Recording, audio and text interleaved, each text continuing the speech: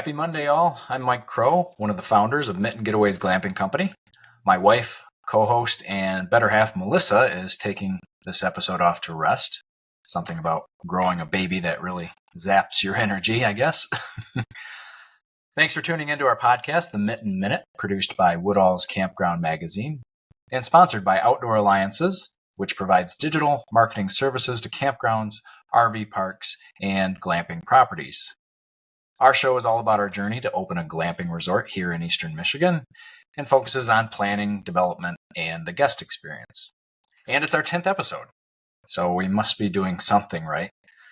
You'd think by now everyone would know what glamping is, but we better make sure. So, what is glamping? Glamping is not having to keep your stuff in your tent away from the walls of the tent because they'll be wet in the morning if you do. I'm sure some of you have dealt with that in the past. Put another way, glamping is luxury camping. And we call our version of glamping Michi-glamping, which is private and unique glamping accommodations available year-round on a secluded resort with plenty to do. In our last episode, I accounted for our booking experience with a glamp ground in the Thumb area of Michigan, Getaway Detroit. Today, we're going to talk a little more about the Wetlands Delineation we had done earlier this summer and the results we got back only about a month ago. If you are like me this time last year, you had never heard of Wetlands Delineation.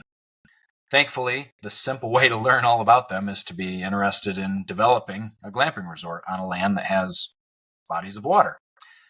That was the case for the property we looked at before our current property. And is the case for the current property in Howell that we're looking at. We had heard stories of people getting in trouble for building on wetlands. Not only would they be fined, but they were also forced to tear down what they built. And from what I've learned, it's not always obvious what is considered wetlands by the state. Given our prior property had several small ponds, we definitely wanted to understand where we could build, where we couldn't, and where a special use permit might be required. So, what is a wetlands delineation? To the best of my understanding, it's the actual field work done by a soil scientist, an arborist, or someone with similar training to determine the boundaries between wetlands and uplands on a piece of property. Usually, the person doing the delineation will physically flag these boundaries on the property. And today, most will also provide a digital file of the GPS coordinates for the wetlands boundaries that they identify. Then that file is shared with the engineer to better understand what areas can be developed and what areas should be avoided or might need a permit. I think it's probably safe to say that no one wants to get a wetlands delineation if they can avoid it. They can be costly. We were actually quoted around $5,000 for our full parcel.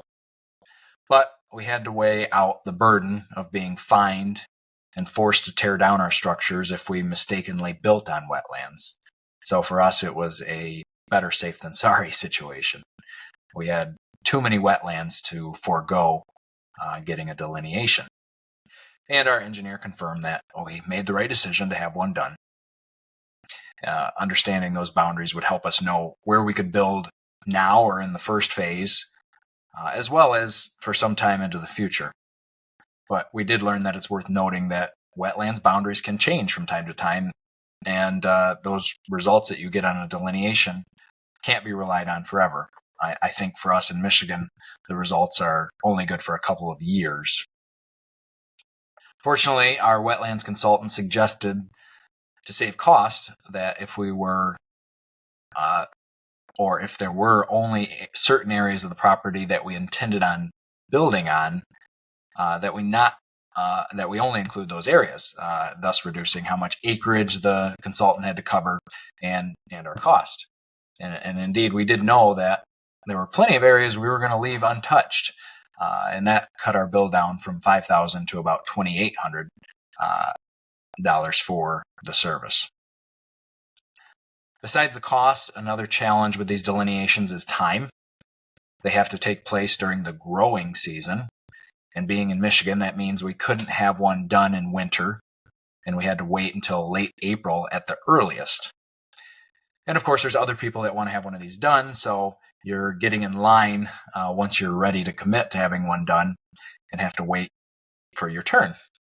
And then the field work isn't really the end of the process. Most consultants take an extra couple of weeks to finalize their maps and their report. So, although we were ready to order the delineation at the end of May, we had to wait our turn for the field work to be done, which didn't take place until the end of June. And it took until the middle of July for us to get the report back and submit it to our engineer. So overall, it was about a 7-week wait from the time we ordered the delineation to the time that we got the results back. Speaking of the results, what were they? Well, they did impact our plans, but it wasn't negative. I'd say it was more neutral. At the end of July, we met on site with our engineer to take a look at the results and walk some areas of the property. We did end up deciding to reserve one portion of the property as forever undeveloped, or possibly a future phase of the project. And the delineation actually helped us discover an area of the property that we hadn't considered before, an area wrapping around the northwest of the home, which actually has a lot going for it. It had an existing 2-track, so there was already a fair amount of clearing for paths or small roads. It was at least 200 feet from the home, giving it buffered space so we can maintain some privacy, as well as the thick forest buffered it from the home. And then it was also on an arc wrapping around the property, which would support privacy for our guests, keeping them out of sight and sound from one another while they're at their sites. So, although we didn't want to pay for the report initially or wait the extra couple of months to get the results, overall we're happy we had it done. And I would definitely recommend other aspiring operators get a delineation if you're planning to develop anywhere near wetlands. And take a tip from us, work with your consultant to only delineate the portions of the land where you ever plan to build as a way to save money. Also, if there's a lot of wetlands on your property you're considering purchasing, make sure you have the delineation done first so you're not surprised by any limitations to where you can build. Well, that's our show for today. Thank you for listening. As always, if you have any requests for future podcasts or episode topics, submit them via mittengetaways.com/reach out or email us at glampers@mittengetaways.com. The Mitten Minute, our glamping journey, is produced by Woodall's Campground Magazine and sponsored by Outdoor Alliances. You can catch all episodes of our podcast at mittengetaways.com/minute. And we're also on Spotify, Google, and Apple Podcasts. Follow our journey in other ways, including our newsletter, by visiting mittengetaways.com/subscribe. And thank you all again for listening, and we hope you have a great week.